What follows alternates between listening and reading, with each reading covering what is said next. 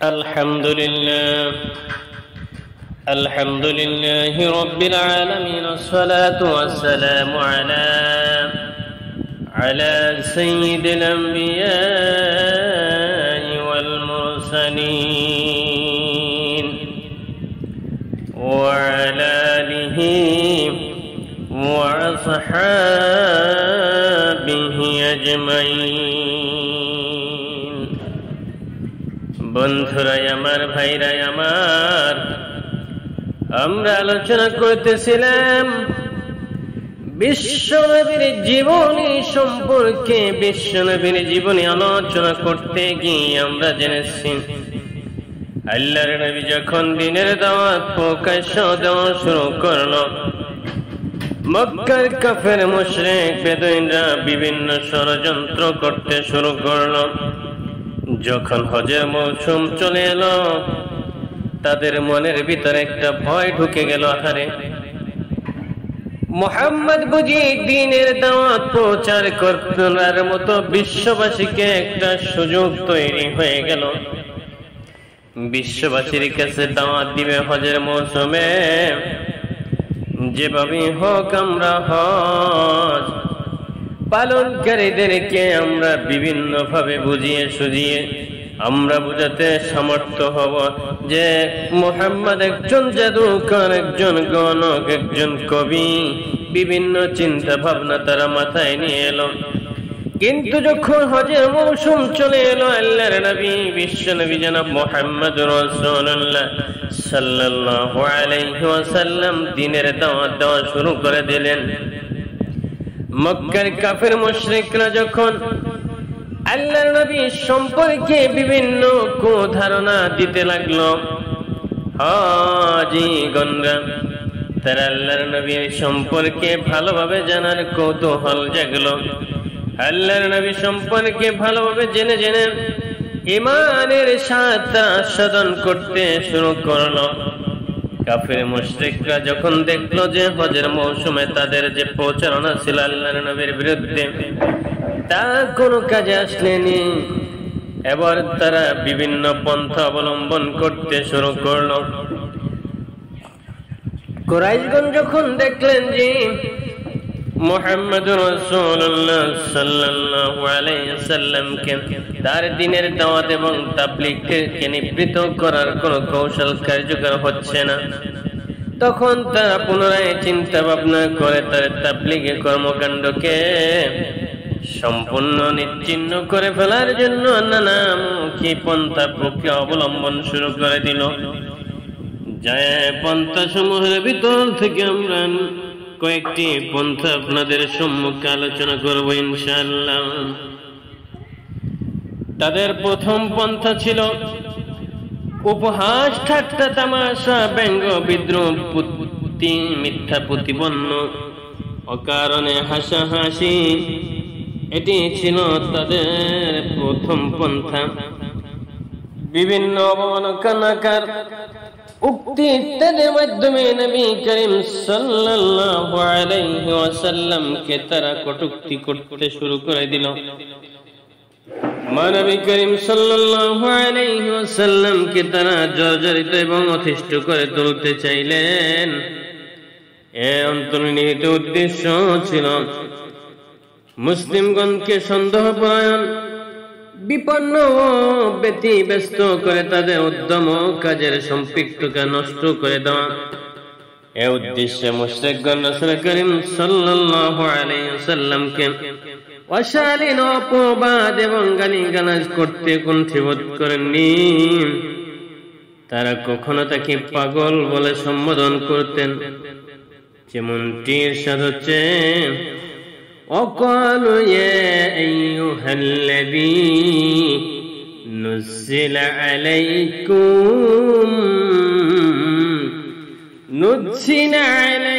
الذكر إنك مجنون وقالوا يا أيها الذي نزل عليه الذكر ইন্নাকা লামাজনুন। তারা বলে, হে ওই ব্যক্তি যার প্রতি কোরআন অবতীর্ণ হয়েছে তুমি তো অবশ্যই পাগল। কখনো নবী করিম সাল্লাল্লাহু আলাইহি ওয়াসাল্লামকে জাদুকর বলতো এবং মিথ্যার অপবাদ দিত, যেমনটি আল্লাহ রাব্বুল আলামিন ইরশাদ করেছেন, ওয়াইজিবু আন জাহুম মুনজিরুম মিনহুম ওয়াকালাল কাফিরুনা হাযা সাহিরুন কাজ্জাব। আর তারা ব্যাপারে বিস্ময়বোধ করল যে তাদের কাছে তাদের মধ্য হতে একজন সতর্ককারী এসেছে। কাফিরগণ বলল, এটা জাদুকর, মিথ্যু। এই কাফিরগণ নবী করিম সাল্লাল্লাহু আলাইহি ওয়াসাল্লামের অগ্রভাগে ও পিছনে ক্রোধান্বিত এবং প্রতিহিংসাপরায়ণ দৃষ্টিভঙ্গি ও মন মানসিকতা নিয়ে ঘোরাফেরা করত। এ প্রসঙ্গে কোরআন মাজিদে ইরশাদ হচ্ছে, কাফিরেরা যখন কোরআন শুনে তখন তারা যেন তাদের দৃষ্টি দিয়ে তোমাকে আশ্রয় ফেলবে, আর তারা বলে সে তো অবশ্যই একজন পাগল। অধিকন্তু নবী করিম সাল্লাল্লাহু আলাইহি ওয়াসাল্লাম যখন কোথাও গমন করতেন এবং তার দুর্বল মজলুম সাহাবীগণ রাদিয়াল্লাহু তার নিকট উপস্থিত থাকতেন, তখন তাদের লক্ষ্য করে মুশরিকগণ উপহাস করে বলতো, এরা কি সেই লোক আমাদের মধ্যে যাদেরকে আল্লাহ অনুগ্রহ করেছেন? আল্লাহ কি তার কৃতজ্ঞ বান্দাদের সম্পর্কে অধিক অবগত নন? সাধারণত মুশরিকগণের অবস্থা তাই ছিল, যার চিত্র আল্লাহ রাব্বুল আলামিন এভাবে তুলে ধরেছেন। পাপাচারী লোকেরা দুনিয়ায় মুমিনদেরকে ঠাট্টা বিদ্রুপ করত, আর তারা যখন তাদের পাশ দিয়ে অতিক্রম করত তখন পরস্পরে চোখ টিপে ইশারা করত, আর তারা যখন তাদের আপন জনদের কাছে ফিরে আসতো তখন মুমিনদেরকে ঠাট্টা করে আসার কারণে বিদ্রোহ প্রেম ফিরত উৎপন্ন হয়।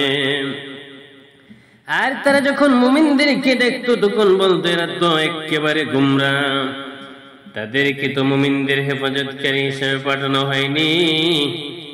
আল্লাহ রাব্বুল আলামিন মুশরিকদের উপহাস, ঠাট্টা, বিদ্রোহ, হাসাহাসি ও বিভিন্ন ভাবে আঘাতের মাত্রায় এর বাড়িয়ে দিল যে তারা নবী করিম সাল্লাল্লাহু আলাইহি ওয়াসাল্লামকে মর্মাহত করে তুলল। এবার আল্লাহ তাআলা ইরশাদ করেন, আমি জানি তারা যে সব কথাবার্তা বলে তাতে তোমার মন সংকুচিত হয়। অতঃপর আল্লাহ তাআলা অন্য আয়াতে বলেন, তার অন্তর দৃঢ় করলেন এবং এমন বিষয়ে নির্দেশ প্রদান করলেন যাতে করে তার অন্তর থেকে ব্যথা বেদনা দূরীভূত হয়। এমন আল্লাহ তাআলা ইরশাদ করেন, কাজেই প্রশংসা সহকারে তুমি তোমার প্রতিপালকের পবিত্রতা ঘোষণা করো আর সাজদাকারীদের দলভুক্ত হও আর তোমার রবের ইবাদত করতে থাকো সুনিশ্চিত ক্ষণের অর্থাৎ মৃত্যুর আগমন পর্যন্ত।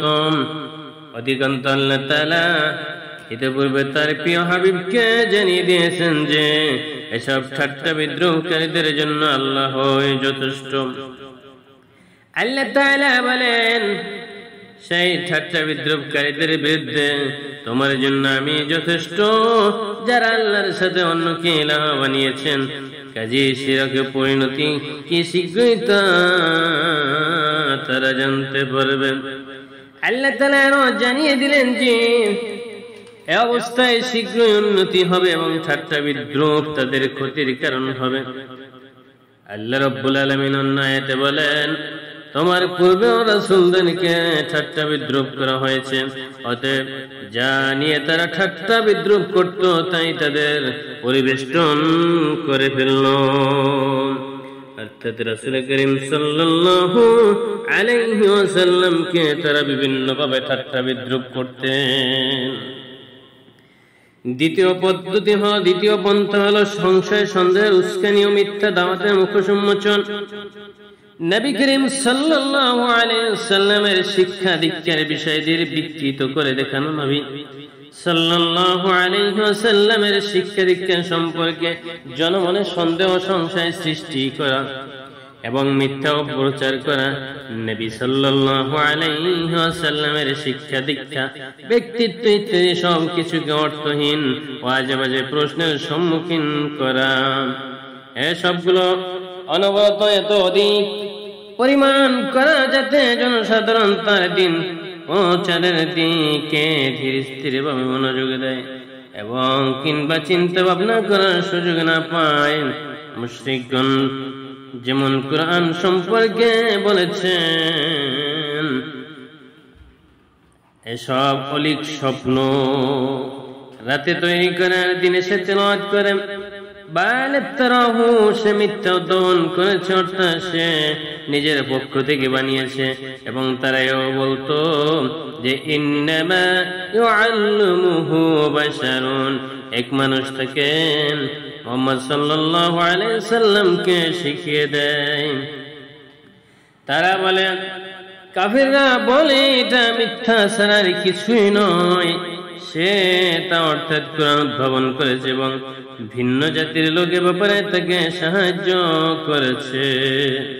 অন্য আয়াতে আল্লাহ রাব্বুল আলামিন বলেন, তারা বলে এগুলো পূর্ব যুগের কাহিনী যা সে অর্থাৎ মুহাম্মদ রাসূলুল্লাহ সাল্লাল্লাহু আলাইহি ওয়াসাল্লাম লিখিয়ে নিয়েছেন, আর এগুলোই তার কাছে সকল সন্ধ্যা শোনানো হয়। কখনো তারা বলতো যে কাহিনীদের উপরে যেমন জিন ও শয়তান নাজিল হয়, তেমনি তার উপর একজন জিন ও শয়তান নাজিল হয়। এই কথার প্রতিবাদে আল্লাহ রাব্বুল আলামিন বলেন, তোমাদের কি জানাবো কার নিকট শয়তানরা অবতীর্ণ হয়? তারা তো অবতীর্ণ হয় প্রত্যেকটি ঘোর মিথ্যাবাদী ও পাপীর নিকট। ওটা তো মিথ্যাবাদী পাপিষ্ঠদের উপর নাজিল হয়। তোমরা আমার মধ্যে কোনো মিথ্যাচার ও ফাসিকি পাও না। সুতরাং কোরআনকে কিভাবে তোমরা শয়তানের পক্ষ থেকে নাজিলকৃত বলো? কখনো তারা নবী করিম সাল্লাল্লাহু আলাইহি ওয়াসাল্লাম সম্পর্কে বলতো, তাকে এক প্রকার পাগলামিতে পেয়েছে, সে কিছু খেয়াল করে সে অনুযায়ী প্রজ্ঞাপূর্ণ শব্দ তৈরি করে, যেমন কবিরা করে থাকেন। তাদের কথার উত্তর আল্লাহ তাআলা বলেন, তুমি কি দেখো না তারা বিভ্রান্ত হয়ে কল্পনার জগতে প্রত্যেক উপত্যকায় ঘুরে বেড়ায়, আর তারা বলে যা তারা করে না। আয়াতে কথিত তিনটি কবিদের মধ্যে পাওয়া যায়, আয়াতে কথিত গুণটি তিনটি কবিদের মধ্যে পাওয়া যায়, কিন্তু নবী সাল্লাল্লাহু আলাইহি সাল্লামের মধ্যে এগুলো অনুপস্থিত। দিগন্ত তার অনুসারীগণ হলেন হেদায়েত প্রাপ্ত আল্লাহ ভীরু সৎকর্মশীল, তাদের চরিত্রে কাজকর্মে সব ক্ষেত্রে তাদের কোন প্রকার বিভ্রান্ত স্পষ্ট করেনি। নবী করিম সাল্লাল্লাহু আলাইহি সাল্লাম কবিদের মতো উদ্ভ্রান্ত হয়ে ঘুরে বেড়ান না, বরং তিনি এক অদ্বিতীয় প্রতিপালক। একদিন এক পথের দিকে আহ্বান করেন, তিনি যা বলেন তা পালন করেন, যা বলেন না তা করেন না। তবে তিনি কিভাবে কবিদের অন্তর্ভুক্ত হতে পারেন আর কবিদের সাথে তার তুলনায় বা কিভাবে দেওয়া যায়? মুশরিকদের পক্ষ থেকে ইসলাম, কুরআন, নবী সাল্লাল্লাহু আলাইহি ওয়াসাল্লামের উপর আরোপিত প্রত্যেক সন্দেহ ক্ষেত্রে এভাবে সন্তোষজনক উত্তর দান করা হয়। মুশরিকরা সবচেয়ে বেশি সন্দেহ ছিল প্রথমত তাওহীদ বিষয়, দ্বিতীয়ত মুহাম্মদুর রাসূলুল্লাহ সাল্লাল্লাহু আলাইহি ওয়াসাল্লাম এর নবুয়ত রিসালাতের বিষয়, তৃতীয় মৃত্যুদের পুনরুজ্জীবিত হওয়া ও কিয়ামত দিবসে হাশরের ময়দানে একত্রিত হওয়া নিয়ে। কোরআন তাওহীদ বিষয়ে তাদের সকল প্রকার সন্দেহের যথোপযুক্ত জবাব তো দিয়েছি, বরং অনেক ক্ষেত্রে বেশি বিস্তারিত আকারে আলোচনা করেছে যাতে কোনো সন্দেহের অবকাশ না থাকে। শুধু তাই নয়, তাদের বাতিল মাবুদের আশারতা সম্পর্কে এত বেশি সমালোচনা করেছে যে এ বিষয়ে আর কোনো আলোচনার অবকাশ নেই। সম্ভবত দ্বীন ইসলামের বিষয়ে তাদের ক্রোধ আক্রোশের পরিমাণ এত বেশি। রাসূল সাল্লাল্লাহু আলাইহি সাল্লাম এর আল্লাহ ভীতি, তার মহৎ উদ্দেশ্য আমানতদারিতা এবং তার নবুয়তকে সত্য বলে জানা সত্ত্বেও কাফিরদের সন্দেহের কারণে এই যে তারা বিশ্বাস করত নবুয়ত রিসালাত এমনই বড় ও মর্যাদাপূর্ণ পদ যে তা কোনো মানুষের হাতে অর্পণ করার মতো নয়। সুতরাং তাদের আকীদা বিশ্বাস মতে যেমন কোন মানুষ রাসূল হতে পারে না, তেমনি কোন রাসূল কখনো মানুষ হতে পারেন না। ফলে রাসূল সাল্লাল্লাহু আলাইহি ওয়াসাল্লাম যখন তার নবুয়তের ঘোষণা দিলেন আর মানুষদেরকে আহ্বান জানালেন সব অবশ্যকে পরিত্যাগ করেন, এক আল্লাহর প্রতি ঈমান আনয়ন করতে তাদের বিবেক পেরেশান ও হতবাক হয়ে উঠল এবং তারা বলে উঠল, এক এমন রাসূল যে খাবার খায় আবার হাট বাজারে চলাফেরা করে, তার কাছে ফেরেশতা অবতীর্ণ হয় না কেন যে তার সঙ্গে থাকতে সতর্ককারী হয়? তারা বলে মুহাম্মদ রাসূলুল্লাহ সাল্লাল্লাহু আলাইহি ওয়াসাল্লাম তো মানুষ, আল্লাহ কোন মানুষের কাছে কোনো কিছু অবতীর্ণ করেনি। তাদের এই দাবি খণ্ডন করে আল্লাহ তাআলা ইরশাদ করেন, হে রাসূল বলুন, তাআলা এই কিতাবকে অবতীর্ণ করেছিলেন জানিয়ে এসেছিলেন মুসা, যা ছিল মানুষের জন্য আলোকবর্তিকা ও সঠিক পথের দিশারি। অথচ তারা জানে যে আল্লাহর নবী মুসা আলাইহিস সালাম ছিলেন মানুষ। তাছাড়া পূর্ববর্তী নবী রাসূল তার জর্জরিত জাতি অস্বীকার করে বলতো, তুমি আমাদের মতোই মানুষ বই তো নও। তাদের রাসূলগণ তাদেরকে বলেছিল, যদিও আমরা তোমাদের মতোই মানুষ ব্যতীত কিছুই নই, কিন্তু আল্লাহ তার বান্দাদের মধ্যে যার উপর ইচ্ছে অনুগ্রহ করেন। সুতরাং নবী রাসূল তো মানুষ হয়ে থাকে, আর রিসালাত মানবত্ব এ উভয়ের কোনো তফাৎ নেই।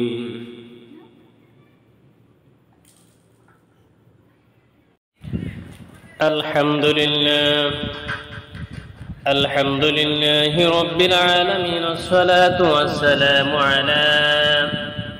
আলা সাইয়্যিদিল আমবিয়া ওয়াল মুরসালিন ওয়া আলা আলিহি ওয়া আসহাবিহি আজমাইন। বন্ধুরা আমার, ভাইরা আমার,